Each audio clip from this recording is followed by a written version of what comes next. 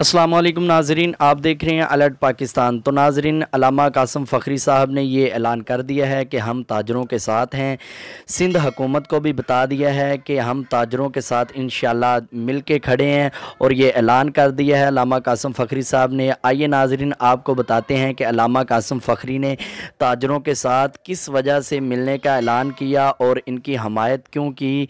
तो नाजरीन, पूरी वीडियो देखें और वीडियो शुरू करने से पहले मेरी आपसे दरख्वास्त है कि चैनल को सब्सक्राइब कर लें और वीडियो को लाइक ज़रूर करें। तो जैसा कि नाजरीन आप जानते हैं, सिंध हुकूमत को अल्लामा कासिम फ़खरी साहब ने बता दिया है कि हम 2 सितंबर को हम भूख हड़ताल की कॉल की हमायत करते हैं। आप देख रहे हैं नाजरीन, हम ताजरों के साथ मिलकर खड़े हैं। उनके एहतजाज के साथ तहरीक लब्बैक या रसूल अल्लाह भी शामिल है, तो हम उनके साथ खड़े हैं। और हुकूमत को बता दिया है, सिंध हुकूमत को ये बता दिया है अल्लामा कासिम फ़खरी साहब ने, लोगों का कारोबार बंद ना करें, उन्हें आप मुआशियत दें, उनकी ना कि आप मुआशियत ख़त्म करें, उनका रोज़गार आप बढ़ाएं, उनका रोज़गार ख़त्म ना करें।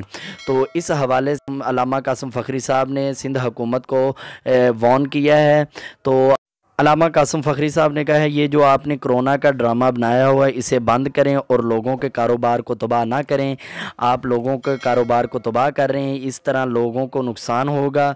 तो कल की इंशाल्लाह जो है वो ताजरों ने अपनी रैली का ऐलान किया है। कल इंशाल्लाह एहतजाज ताजरों की तरफ से होगा और अल्लामा कासिम फ़खरी साहब भी इंशाल्लाह ताजरों के साथ मिले हैं और मिल के उनके साथ देंगे।